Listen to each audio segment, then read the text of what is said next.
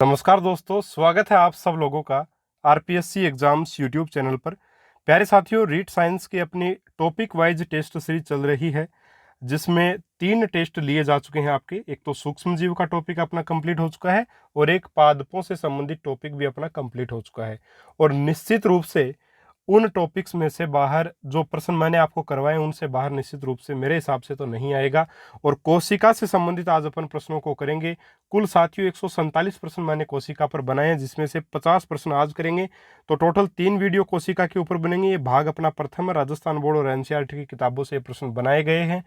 निश्चित रूप से साथियों ज़्यादा एक्सप्लेनेशन करने की प्रत्येक प्रश्न में आवश्यकता नहीं है, क्योंकि 147 प्रश्न यानी कि हर एक बात पे प्रश्न बना दिया गया है। परीक्षा में मेरे हिसाब से इनसे बाहर प्रश्न नहीं बनना चाहिए। तो ये टेस्ट सीरीज आपके लिए बहुत जोरदार साबित होगी। पूरे राजस्थान में ऐसी सीरीज कहीं नहीं चल रही है अभी, सिर्फ मैं आपको अवेलेबल करवा रहा हूँ साथियों। और इसमें बहुत ज़्यादा मेहनत लगी है, मैं आपको बताना चाहूँगा। और वास्तव में ये प्रश्न आपको बहुत ज़्यादा बेनिफिट देंगे।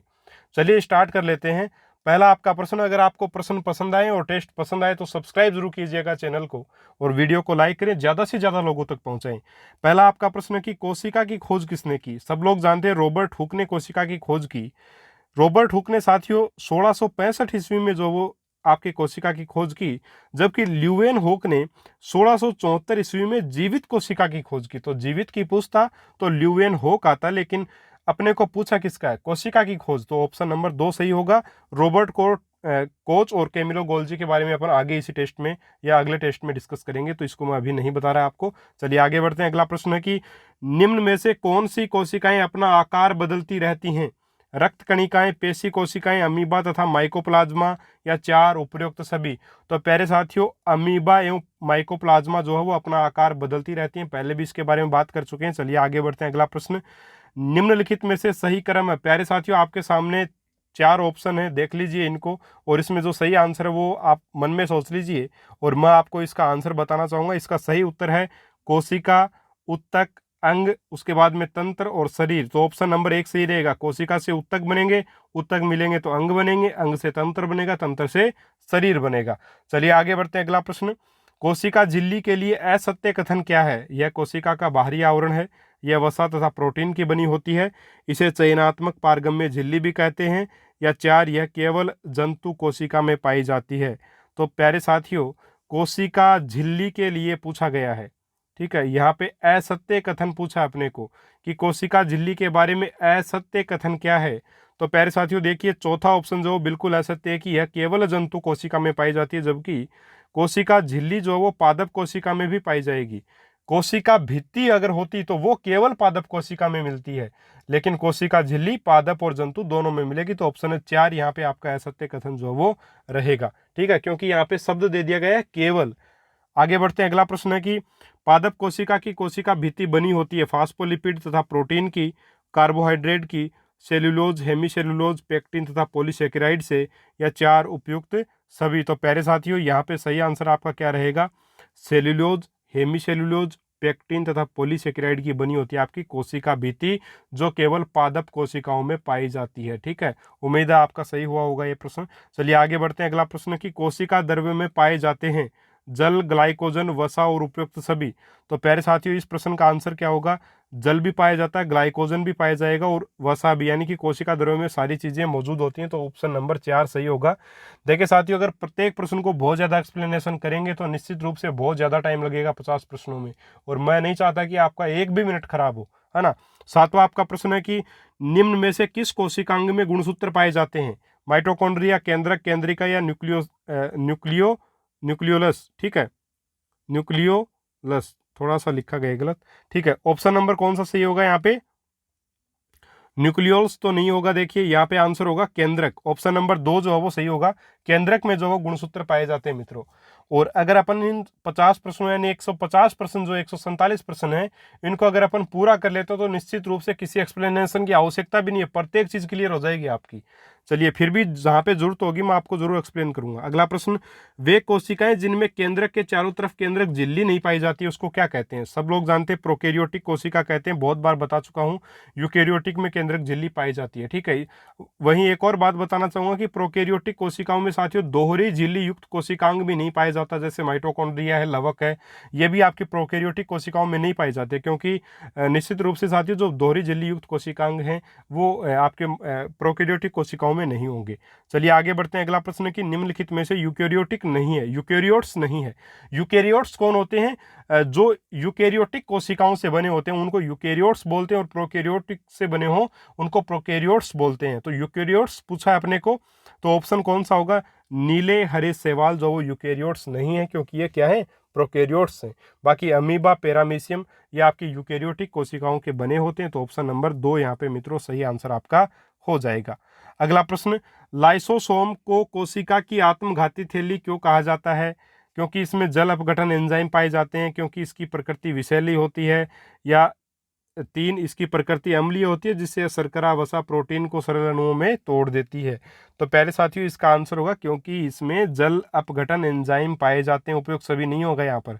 ऑप्शन नंबर 1 होगा क्योंकि इसमें जल अपघटन एंजाइम जो वो पाए जाते हैं। तो ऑप्शन नंबर 1 जो मित्र सही आंसर इसका रहेगा। अगला प्रश्न, अंतःपर्दवी जालिका में संश्लेषित पदार्थ को कहाँ बंद किया जाता है जहाँ से उसे कोशिका के अंदर तथा बाहर विभिन्न क्षेत्रों में भेज दिया जाता है? तो इसको बंद किया जाता है मित्रों गोल्जी काय में। ध्यान में रखिएगा, अंतःपर्दवी जालिका के द्वारा जो संश्लेषित पदार्थ है वो आपका गोल्जी काय में बंद किया जाता है। ऑप्शन नंबर 2 जो वो सही होगा, यानी स्टोरेज कहाँ होगा? गोल्जी काय में होगा। ऑप्शन नंबर 2 मित्रों इसका सही आंसर होगा। बहुत अच्छा प्रश्न, ध्यान रखिएगा इसको। चलिए अगला प्रश्न, किस कोशिकांग में क्रिस्टी पाई जाती है? सब लोगों को पता है, 2018 की रीट में पूछा गया प्रश्न मित्रों, और माइटोकॉन्ड्रिया इसका आंसर होगा। एनसीईआरटी की बुक में कहीं नहीं दिया गया साथियों, और मैंने नोट्स में जो बनाए उसमें पहले ही लिख लिया था इसको इम्पोर्टेंट, और वो नोट्स भी मैंने आपको अवेलेबल करवा दिए हैं। सीधा प्रश्न उठा था वहां से। ऑप्शन नंबर 4 यहाँ पे सही आंसर होगा। अगला आपका प्रश्न है कि जैविक ऊर्जा एटीपी का निर्माण किस कोशिकांग में होता है? साथियों कोशिका का शक्तिग्रह किसको बोलते हैं? कोशिका का शक्तिग्रह बोलेंगे अपन माइटोकॉन्ड्रिया को, और निश्चित रूप से उसमें ऊर्जा होगी तभी तो उसको शक्तिग्रह बोलते हैं। तो जो जैविक ऊर्जा एटीपी होती है उसका निर्माण होता है, एडिनोसिन ट्राइफॉस्फेट जो होता है उसका निर्माण कहाँ होगा साथियों? माइटोकॉन्ड्रिया में होगा, यानी कि ऑप्शन नंबर 1 यहाँ पे आपका सही उत्तर रहेगा। अगला प्रश्न, निम्नलिखित में से कौन सा कोशिकांग प्रोटीन संश्लेषण का कार्य करता है? माइटोकॉन्ड्रिया, राइबोसोम, लाइसोसोम या केंद्रक? तो यहाँ पे मित्रों सही आंसर आपका क्या रहेगा? राइबोसोम जो है वो प्रोटीन संश्लेषण का कार्य करता है। तो ऑप्शन नंबर 2 यहाँ पे बिल्कुल सही आंसर आपका रहेगा, ठीक है। ऑप्शन को अगर देखें अपन, चारों ऑप्शन को अगर नजर डालें तो निश्चित रूप से ऑप्शन नंबर 2 इसका सही आंसर जो है वो रहेगा। अगला आपका प्रश्न, राइबोसोम किस कोशिकांग पर पाए जाते हैं? अब देखिए साथियों, अगर मैं एक्सप्लेन यहाँ पे राइबोसोम को पहले ही आपको कर देता तो निश्चित रूप से अगला प्रश्न खत्म हो जाता फिर। तो राइबोसोम किस कोशिकांग पर पाए जाते हैं? सब लोगों को पता है इस चीज के बारे में भी कि चिकनी अंतःद्रवी जालिका पर नहीं पाए जाते बल्कि खुरदरी अंतःद्रवी जालिका पर पाए जाते हैं। तो ऑप्शन नंबर 3 इसका आंसर होगा। चलिए आगे बढ़ लेते हैं। चिकनी अंतःपर्दवी जालिका पर किसके कारण ये चिकनी होती है? वसा के कारण होती है। वसा यहाँ पे उपस्थित होगी, है ना। चलिए आगे बढ़ते हैं। अगला प्रश्न, प्रोटीन संश्लेषण में न्यूक्लियोटाइड की भूमिका को सर्वप्रथम किसने प्रदर्शित किया? डॉक्टर हरगोविंद खुराना ने, डॉक्टर सतीश सी माहेश्वरी ने, प्रोफेसर BM जोहरी ने, या BL साहनी ने? देखिए बिरबल साहनी, सॉरी। प्रोटीन संश्लेषण में न्यूक्लियोटाइड की भूमिका को सर्वप्रथम किसने जो है वो प्रदर्शित किया? तो डॉक्टर हरगोविंद खुराना ने किया था। ऑप्शन नंबर 1 जो है यहाँ पे सही आंसर होगा। बहुत अच्छा प्रश्न, ध्यान रखिएगा, इसको भी राजस्थान बोर्ड की किताब से है। अगला प्रश्न, समान कोशिकाओं का समूह जो एक विशिष्ट कार्य करता है क्या कहलाता है? अंग, कोशिका, तंत्र और उत्तक। तो समान कोशिकाओं का समूह जो क्या करेगा? एक समान कार्य, विशिष्ट कार्य, तो उत्तक रहेगा, क्योंकि कोशिकाओं से क्या बनते हैं? उत्तक बनते हैं। ढेर सारे उत्तक मिलकर के अंग बनाते हैं, अंग से बनेगा तंत्र और तंत्र से बनेगा शरीर। तो यहाँ पे ऑप्शन नंबर 4 सही होगा मित्रों। अगला आपका प्रश्न, निम्न में से जंतु कोशिका के लिए असत्य कथन बताइए। 1, इसमें कोशिका भित्ति अनुपस्थित होती है। तो ये तो बिल्कुल सही बात है। दूसरा, इसमें केंद्रक कोशिका के एक तरफ होता है। देखिए मित्रों, असत्य कथन पूछा है, तो एक तो दूसरा आपका असत्य, फिर भी आपको तीसरा और चौथा देखना ऑप्शन, लेकिन तीसरे और चौथे देखिए इसमें प्लेस्टिड उपस्थित नहीं होते, तो ये बात भी ठीक है। इसमें रिक्तिका का आकार छोटा है, ये बात भी ठीक है। ठीक है, बाकी देखिए जंतु कोशिका के लिए असत्य क्या होगा, ऑप्शन नंबर 2 होगा। इसमें केंद्रक कोशिका के एक तरफ नहीं होकर के कहाँ पे होता है, केंद्र में होता है, यानी कि मध्य में होता है आपका, लगभग सेंटर में इसमें केंद्रक पाया जाता है। किसमें, जंतु कोशिका में। पादप कोशिका में रिक्तिकाओं का आकार बड़ा होने के कारण जो वो केंद्रक जो वो एक तरफ परिधीय केंद्र होता है। तो ऑप्शन नंबर 2 सही होगा। यह भी आपका आरटेट का प्रश्न है, पूछा गया प्रश्न साथियों, 2012 के आसपास आया था ये प्रश्न। चलिए आगे बढ़ते हैं, अगला प्रश्न। सबसे छोटी कोशिका का आकार है 0.1 से 0.5 माइक्रोमीटर, तो निश्चित रूप से यही आंसर हो जाएगा आपका ऑप्शन नंबर 1। चलिए आगे बढ़ते हैं, अगला प्रश्न। कोशिका के समस्त कार्यों पर नियंत्रण कौन करता है, केंद्रक करता है, गोल्जिकाए करता है, माइटोकॉन्ड्रिया या केंद्रिका। तो साथियों, कोशिका के समस्त कार्यों पर नियंत्रण करेगा केंद्रक। ठीक है, केंद्रक ही इसके ऊपर नियंत्रण करता है, इसलिए यहाँ पे आपका ऑप्शन कौन सा सही होगा, ऑप्शन नंबर 1 जो है वो इसका सही आंसर आपका रहेगा। चलिए अगला प्रश्न, 21वां प्रश्न की किस विलयन का उपयोग कर सूक्ष्मदर्शी की सहायता से कोशिकांगों को आसानी से देखा जा सकता है। तो प्यारे साथियों, एक है आयोडीन विलयन, दूसरा मिथाइलिन ब्लू है, तीसरा है उपयुक्त दोनों, और चौथा ऑप्शन उपयुक्त में से कोई नहीं।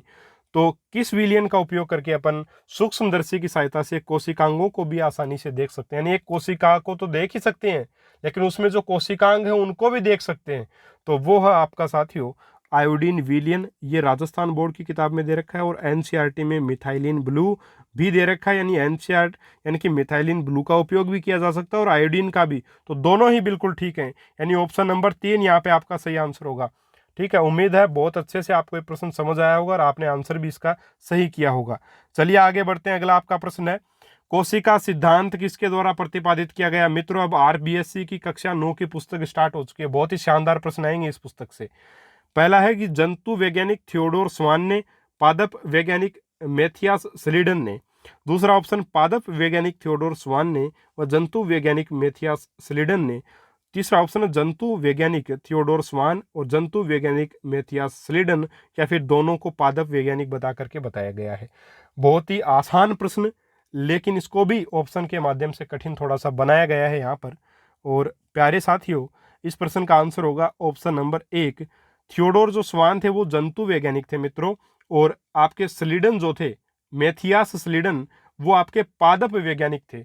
इसलिए ऑप्शन कौन सा प्यारे साथियों यहाँ पे सही होगा, यहाँ पे ऑप्शन नंबर 1 सही होगा। और ये कोशिका सिद्धांत इन्होंने 1838 और 39 में जो प्रतिपादित किया था।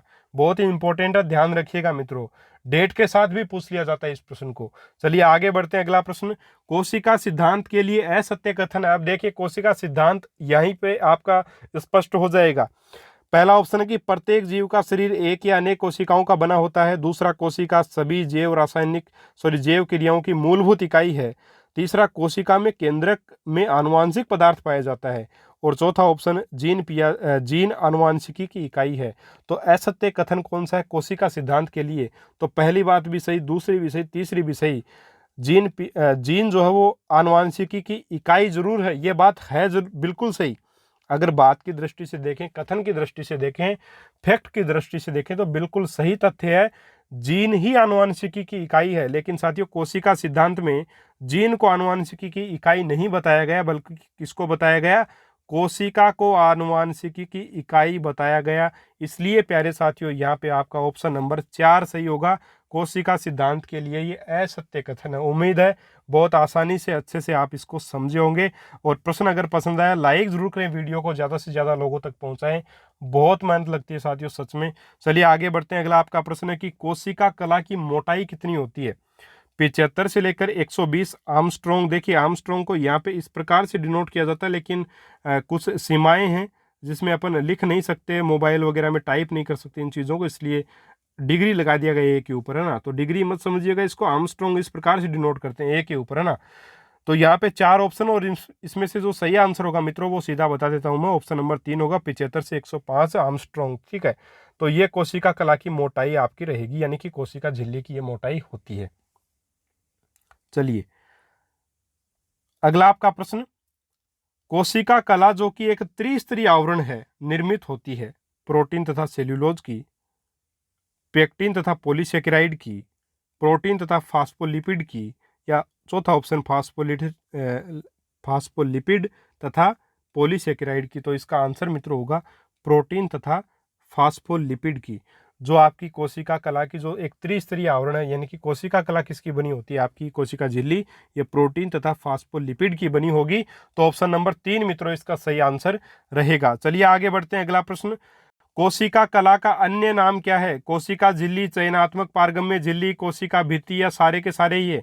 तो देखिए यहाँ पे साथियों कोशिका झिल्ली भी होगा, चयनात्मक पारगम्य झिल्ली भी होगा, लेकिन कोशिका भित्ति नहीं है, तो उपयुक्त सभी भी नहीं होगा। तो ऑप्शन 1 भी सही है यहाँ पे, दूसरा भी सही है, यानी ऑप्शन 1 और 2 दोनों सही है मित्रों। यहाँ पे 2 आंसर होंगे आपके, ठीक है। चलिए आगे बढ़ते हैं, अगला प्रश्न। जंतु कोशिकाओं में निश्चित आकृति प्रदान करने वाली झिल्ली कौन सी है? कोशिका झिल्ली, कोशिका भित्ति, कोशिका कला, कोशिका झिल्ली, कोशिका भित्ति, या उपयुक्त सभी? तो कोशिका भित्ति नहीं होती है आपके जंतु कोशिकाओं में, सिर्फ पादप कोशिकाओं में पाई जाती है, इसलिए उपयुक्त सभी भी नहीं होगा। तो निश्चित रूप से यहाँ पे आंसर क्या होगा आपका? कोशिका कला तथा कोशिका झिल्ली ये दोनों एक ही बात है, इसको अर्धपारगम्य झिल्ली, चयनात्मक पारगम्य झिल्ली भी अपन बोलते हैं। तो मित्रों इसका भी ऑप्शन 1 भी सही है और दूसरा भी सही है, दोनों ऑप्शन इसके भी सही है आपके, है ना। चलिए आगे बढ़ते हैं, अगला प्रश्न। पादप कोशिकाओं में पाई जाने वाली कोशिका भित्ति बनी होती है सेल्यूलोज की, पेक्टिन की, पॉलीसेकेराइड की, या हेमीसेल्यूलोज की, या उपयुक्त सभी? तो यहाँ पे पादप कोशिकाओं में पाई जाने वाली कोशिका भित्ति के बारे में पूछा जा रहा है। तो मित्रों इसका आंसर क्या रहेगा? ऑप्शन नंबर 4 रहेगा। इसमें सेल्यूलोज भी होता है, पेक्टिन भी होता है, पॉलीसेकेराइड भी होता है, हेमीसेल्यूलोज भी होता है। ये प्रश्न इसी टेस्ट में रिपीट हो गया है मेरे हिसाब से ना, क्योंकि वो आपकी शायद 6ठी क्लास की किताब से बनाया था इसलिए, और ये 9वीं की बुक से बनाया तो ध्यान में नहीं रहा थोड़ा, तो रिपीट हो गया, कोई दिक्कत नहीं। ऑप्शन नंबर 4 मित्रों यहाँ पे आपका सही आंसर जो वो रहेगा। चलिए आगे बढ़ते हैं, अगला प्रश्न है कि कोशिका द्रव्य के लिए सत्य कथन है। कोशिका द्रव्य यानी कि कोशिका में जो पदार्थ होता है उसके लिए क्या सत्य है?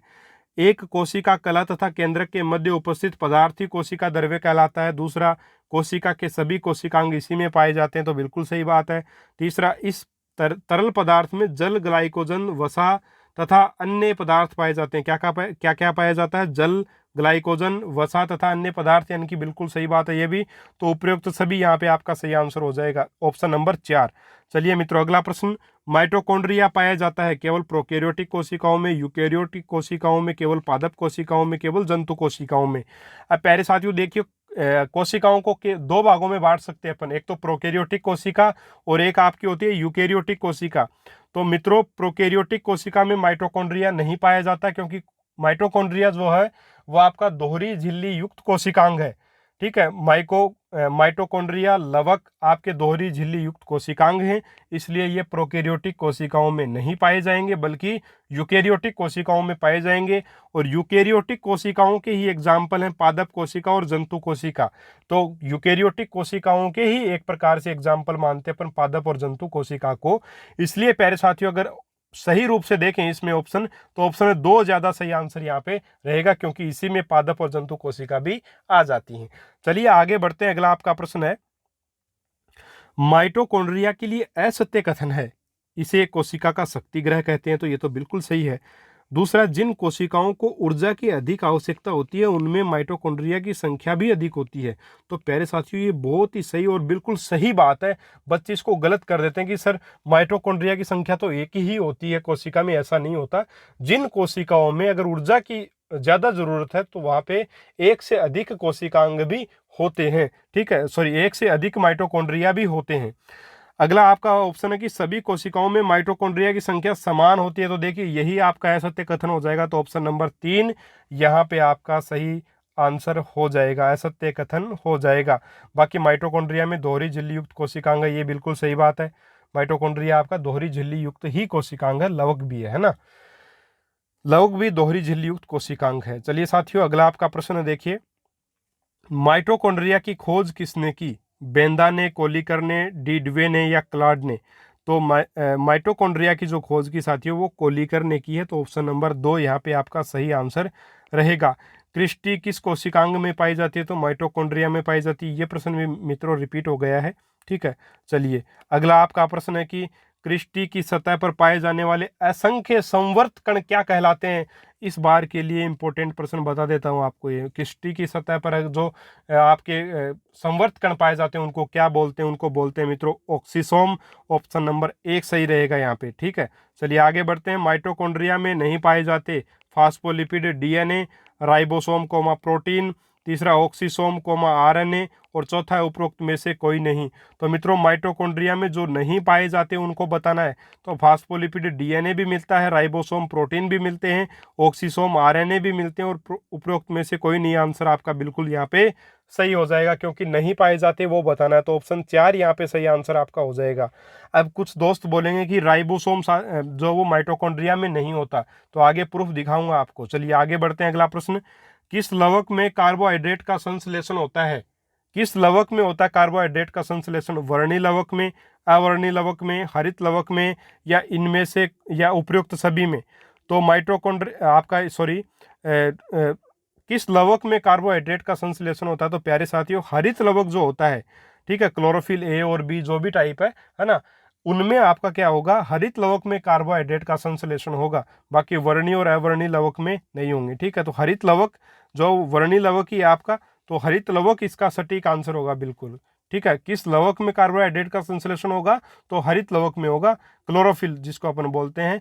तो ऑप्शन नंबर 3 यहाँ पे मित्रों सही आंसर आपका बिल्कुल इसका रहेगा।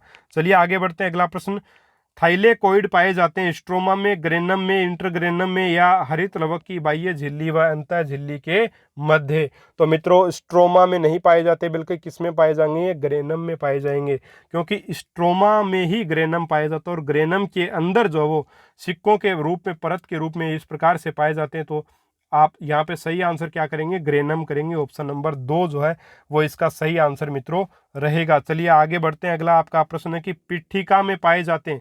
पिट्ठिका यानी कि पिट्ठिका किसको बोलते हैं? स्ट्रोमा। स्ट्रोमा को ही जो पिट्ठिका बोलते हैं। ऑप्शन नंबर 1 का प्रकाश संश्लेषण से संबंधित एंजाइम, दूसरा राइबोसोम, तीसरा डीएनए, और चौथा ऑल ऑफ दीज यानी कि उपयुक्त सभी। तो पिट्ठिका यानी स्ट्रोमा में साथियों प्रकाश संश्लेषण से संबंधित एंजाइम भी पाए जाते हैं, राइबोसोम भी पाए जाएंगे, और डीएनए भी पाया जाता है। तो ऑप्शन नंबर 4 यहाँ पे मित्रों बिल्कुल सही आंसर आपका रहेगा। चलिए आगे बढ़ते हैं। लाइसोसोम की खोज किसने की?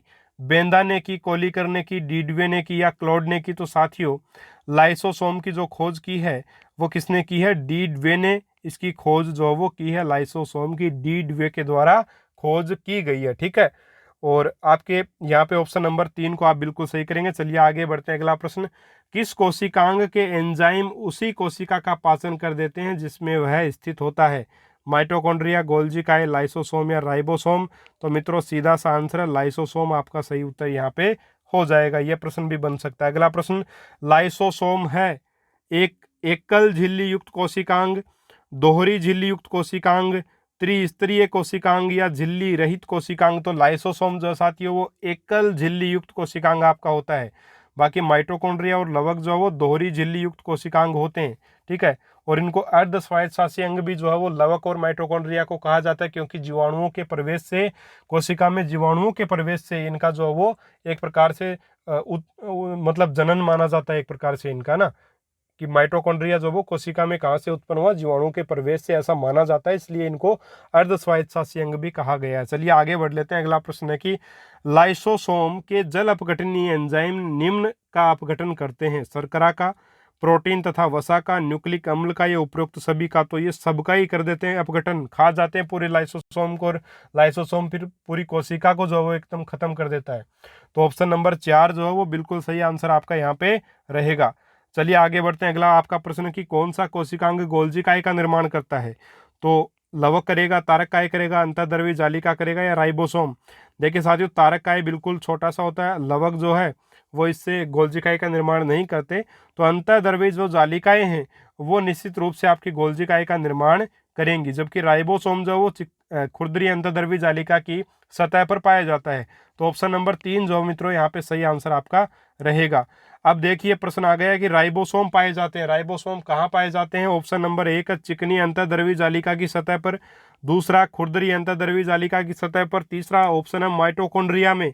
ऑप्शन नंबर ए है 1 तथा 3 दोनों सही हैं, बी है 1 तथा 2, सी है 2 तथा 3, और डी है 1, 2 और 3 तीनों सही हैं।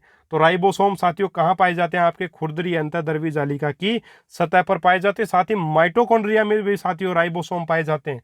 बहुत से लोग बोलते हैं, मैंने जब पोस्ट भी डाला था तब उस समय भी मैंने, हालांकि उस समय खुरदरी अंतःद्रवी जालिका ही बताया था क्योंकि वहां पे ऑप्शन में इस प्रकार से ऑप्शन नहीं दिए गए थे, है ना, ठीक है। लेकिन यहाँ पे अपन जानते हैं कि माइटोकॉन्ड्रिया में भी राइबोसोम जो वो पाए जाते हैं मित्रों।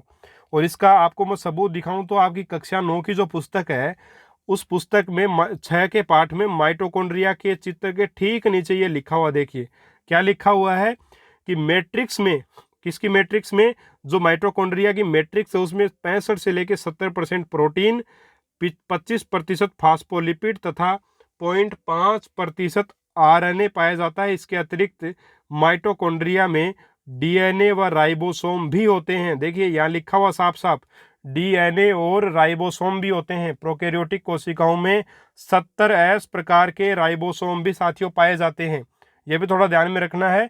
और साथियों अगर माइटोकॉन्ड्रिया के लिए बात करें तो उसमें राइबोसोम पाए जाएंगे, बिल्कुल सटीक बात है। यहाँ पे आप स्क्रीनशॉट ले सकते हो इसका, अगर ये पुस्तक आपके पास नहीं है, ठीक है। बहुत ही शानदार किताबें और इन्हीं से ये प्रश्न बनाए गए हैं, इसीलिए बोल रहा हूँ ये प्रश्न कर लो, कुछ भी करने की मेरे हिसाब से आवश्यकता नहीं है साइंस में।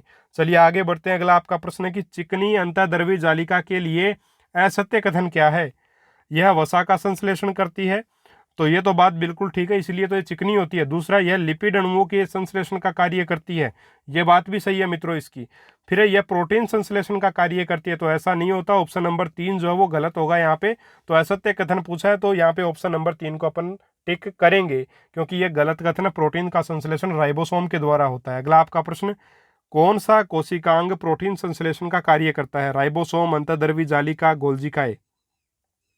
तो मित्रों यहाँ पे आपका आंसर क्या होगा? देखिए गोल्जिकाए और राइबोसोम ये दोनों की दोनों आपके मतलब क्या करेंगे? प्रोटीन संश्लेषण का कार्य करते हैं। ध्यान में रखिएगा, राइबोसोम भी करता है और बहुत बच्चे बोलते हैं कि सर गोल्जिकाए नहीं करता। तो गोल्जिकाए के लिए बोलते हैं कि श्रावण कर देता सर, लेकिन ये संश्लेषण नहीं करता, ठीक है। किसका संश्लेषण नहीं करता? प्रोटीन का। तो प्रोटीन का संश्लेषण भी करता है और श्रावण भी करता है, दोनों कार्य करता है। तो ऑप्शन नंबर यहाँ पे आपका 3 जो वो सी जो वो बिल्कुल सही रहेगा, राइबोसोम तथा गोल्जिकाए। ऑप्शन नंबर 3 मित्रों इसका सही आंसर रहेगा। उम्मीद आप इस बात को अच्छे से समझे होंगे। चलिए आगे बढ़ते हैं। अगला प्रश्न, कोशिका द्रव्य व केंद्रक के मध्य पदार्थों के परिवहन का कार्य कौन करता है? राइबोसोम करता है, गोल्जिकाए करता है, अंतःद्रवी जालिका करती है, रिक्तिका करती है। तो प्यारे साथियों जो एक प्रकार से परिवहन का कार्य का जो संभालने वाला है वो कौन है? अंतःद्रवी जालिका है। किसके मध्य? कोशिका द्रव्य और केंद्रक के मध्य। केंद्रक आएगा है ना, केंद्र नहीं है, केंद्रक के मध्य पदार्थों का परिवहन जो है वह अंतःद्रवी जालिका के द्वारा किया जाता है। ऑप्शन नंबर 3 यहाँ पे मित्रों आपका सही आंसर रहेगा। चलिए अगला आपका प्रश्न है कि राइबोसोम की खोज किस वैज्ञानिक ने की? बेंदा ने, कोलिकर ने, पेलेड ने या क्लॉड ने? तो मित्रों राइबोसोम की जो खोज है वो साथियों क्लॉड के द्वारा की गई, जबकि पेलेड ने इसको राइबोसोम नाम दिया। चूंकि जो राइबोसोम होते हैं वो आपके खुरदरी अंतःद्रवी जालिका के ऊपर पाए जाते हैं, तो उनको उनकी खोज तो किसने कर ली? क्लॉड ने कर ली आपके, लेकिन पेलेड ने राइबोसोम नाम उनको दिया। तो ऑप्शन नंबर 4 सही होगा। अपने को खोज पूछिए तो ऑप्शन नंबर 4 इसका सही आंसर अपन करेंगे। चलिए अगला प्रश्न है कि राइबोसोम के लिए सत्य कथन बताइए। एक, राइबोसोम कोशिका द्रव्य स्वतंत्र रूप कोशिका द्रव्य में, यहाँ पे कोशिका द्रव्य में आएगा, ठीक है। राइबोसोम कोशिका द्रव्य में स्वतंत्र रूप से पाए जाते हैं। तो क्या ये सही कथन है? तो मित्रों देखिए आगे बढ़ते हैं। अगला आपका प्रश्न है कि अगला आपका ऑप्शन सॉरी, राइबोसोम खुरदरी अंतःद्रवी जालिका पर दाने के रूप में पाए जाते हैं। और तीसरा ऑप्शन है कि राइबोसोम के चारों ओर झिल्ली नहीं पाई जाती। तो देखिए मित्रों राइबोसोम के लिए सत्य कथन आपको बताना है। बहुत ही शानदार प्रश्न है और ये बिल्कुल सही आंसर आपका क्या रहेगा? ऑप्शन नंबर डी रहेगा। 1 भी सही है, 2 भी सही है, 3 भी सही है। राइबोसोम जो वो कोशिका द्रव्य में स्वतंत्र रूप से भी पाए जाते हैं, खुरदरी अंतःद्रवी जालिका पर भी मुख्य रूप से पाए जाते हैं। मुख्य रूप से तो खुरदरी अंतःद्रवी जालिका पर ही होंगे, लेकिन माइटोकॉन्ड्रिया में भी पाए जाते हैं वैसे, और आपके कोशिका द्रव्य में भी पाए जाएंगे स्वतंत्र रूप से, ठीक है। तो ऑप्शन नंबर 3 जो है वो सॉरी ऑप्शन नंबर 4 जो है वो यहाँ पे आपका सही उत्तर जो होगा। और राइबोसोम के चारों ओर झिल्ली जो है वो साथियों नहीं पाई जाती, ठीक है। झिल्ली रहित कोशिकांग है। अगला आपका प्रश्न असत्य कथन, और इस वीडियो का लास्ट प्रश्न मित्रों, बिल्कुल गला जो है बिल्कुल एक प्रकार से बैठ गया है। पहला ऑप्शन है यूकेरियोटिक कोशिका में 80S प्रकार के राइबोसोम पाए जाते हैं। दूसरा है यूकेरियोटिक कोशिका के केंद्रक के बाहर केंद्रक झिल्ली पाई जाती है। तीसरा है माइटोकॉन्ड्रिया तथा लवक यूकेरियोटिक कोशिकाओं में नहीं पाए जाते हैं। चौथा ऑप्शन है लवक केवल पादप कोशिकाओं में पाए जाते हैं। तो असत्य कथन पूछा है तो सीधा सा ऑप्शन है ऑप्शन नंबर 3 सही होगा, क्योंकि देखिए माइटोकॉन्ड्रिया तथा लवक जो है वो दोहरी झिल्ली युक्त कोशिकांग है, और ये प्रोकैरियोटिक कोशिका जो होती है आपकी, प्रोकैरियोटिक जो कोशिका होगी उसमें नहीं पाए जाएंगे। यूकैरियोटिक कोशिकाओं में तो पाए जाएंगे निश्चित रूप से, ठीक है, यूकैरियोटिक कोशिकाओं में पाए जाएंगे, प्रोकैरियोटिक में नहीं होंगे माइटोकॉन्ड्रिया तथा लवक। इसके अलावा साथियों प्रोकैरियोटिक कोशिकाओं के केंद्रक के बाहर आवरण नहीं होता है, केंद्रक झिल्ली नहीं होती है। इसके अलावा जो है प्रोकैरियोटिक कोशिका में 70S प्रकार के राइबोसोम पाए जाते हैं, जबकि यूकैरियोटिक कोशिकाओं में 80S प्रकार के जो वो राइबोसोम पाए जाते हैं। तो ये भी बिल्कुल सही बात है। और यूकैरियोटिक कोशिका के केंद्रक के बाहर केंद्रक झिल्ली पाई जाती है, ये भी सही है। और लवक जो वो केवल पादप कोशिकाओं में पाए जाते हैं, ये बात भी सही है। तो ले दे करके ऑप्शन नंबर 3 जो वो यहाँ पे असत्य कथन है, इसलिए ऑप्शन 3 यहाँ पे सही आंसर आपका हो जाएगा। तो मित्रों ये थे आज के 50 अति महत्वपूर्ण प्रश्न, और उम्मीद है साथियों ये 50 के 50 प्रश्न आपको बेहद पसंद आए होंगे। अगर साथियों ये 50 प्रश्न पसंद आए, लाइक करिएगा वीडियो को। और साथियों अगर आप पहली बार चैनल पर आए हैं, अगर आपको मैटर अच्छा लगा तो सब्सक्राइब जरूर कर लीजिएगा चैनल को, क्योंकि ये सीरीज जो वो चलती रहेगी। पूरी बायोलॉजी करवाऊंगा, पूरी फिजिक्स और पूरी केमिस्ट्री, मैंने आपको वादा किया, और अब तक जो वादे मैंने किए हैं साथियों, 2019 से अकेला लगा हुआ हूँ इस यूट्यूब चैनल पर साइंस वालों के लिए। पूरे यूट्यूब पे आप देख सकते हो लोग आए हैं, और काफ़ी लोग आए चले भी गए साइंस के लिए। पूरा मैटर किसी ने नहीं करवाया है, पूरा मैटर मैंने आपको करवाया है, आगे भी करवाता रहूंगा। शानदार, मैं जो भी एग्जाम पकड़ूंगा साथियों उसको पूरा मैटर ही आपको अवेलेबल करवाऊंगा, कभी बीच में नहीं छोड़ूंगा। जो मुझे नहीं आता वो पहले ही बोल देता हूँ कि ये टॉपिक मुझे नहीं आता। जैसे संस्कृत में मुझे समाज का नहीं आता, मैंने नहीं करवाया, नहीं आता। इंग्लिश नहीं आती तो नहीं करवाई। हाँ, भविष्य में अगर सीखेंगे तो निश्चित रूप से बाद में करवा देंगे, लेकिन अभी नहीं आता तो नहीं करवा पाएंगे। तो साथियों सीरीज ही अपनी ऐसे ही चलती रहेगी। और आपके 51 मॉडल पेपर साइंस के अपलोडेड हैं, बिल्कुल 100 रुपये में 51 मॉडल पेपर। उसके लिए भी आप लोग बोल रहे हो कि सर बहुत ज़्यादा प्राइस है। कहाँ ज़्यादा प्राइस, आप मार्केट में देखो तो सही, और फिर मैटर को देखो। और मैंने तो कम रुपये इसलिए रखे हैं कि भाई किसी की समस्या नहीं है। 51 मॉडल पेपर आप लेके आ जाओ साइंस के, और वो भी बिल्कुल पैटर्न के हिसाब से। कहाँ मिलेंगे आपको, मुझे तो नहीं लगता कि कोई दे देगा इतने में। बाकी ये जो सीरीज आपकी जो चल रही है, इसकी अपन PDF बाद में ज़रूर देंगे, लेकिन वो भी फ्री में नहीं होगी, पहले बता देता हूँ। तो फ्री में लेना है तो आप इसकी स्क्रीनशॉट्स ले सकते हो साथ साथ, या फिर साथियों जो प्रश्न नहीं है उसको नोट डाउन कर सकते हो, ठीक है। फिर आपको लेने की कोई आवश्यकता ही नहीं पड़ेगी, ठीक है मित्रों। चलिए मिलेंगे अपन अगले वीडियो में एक और शानदार टॉपिक के साथ, और नोट्स और हमारे 55 मॉडल पेपर साइकोलॉजी के, 51 मॉडल पेपर साइंस के लेना चाहो, डिस्क्रिप्शन बॉक्स में लिंक है, और आप हमारे इंस्टा मोजो स्टोर पर जा करके वो ले सकते हो। चलिए मिलेंगे अपन अगले वीडियो में एक और शानदार टॉपिक के साथ, तब तक के लिए नमस्कार, जय हिंद, जय भारत।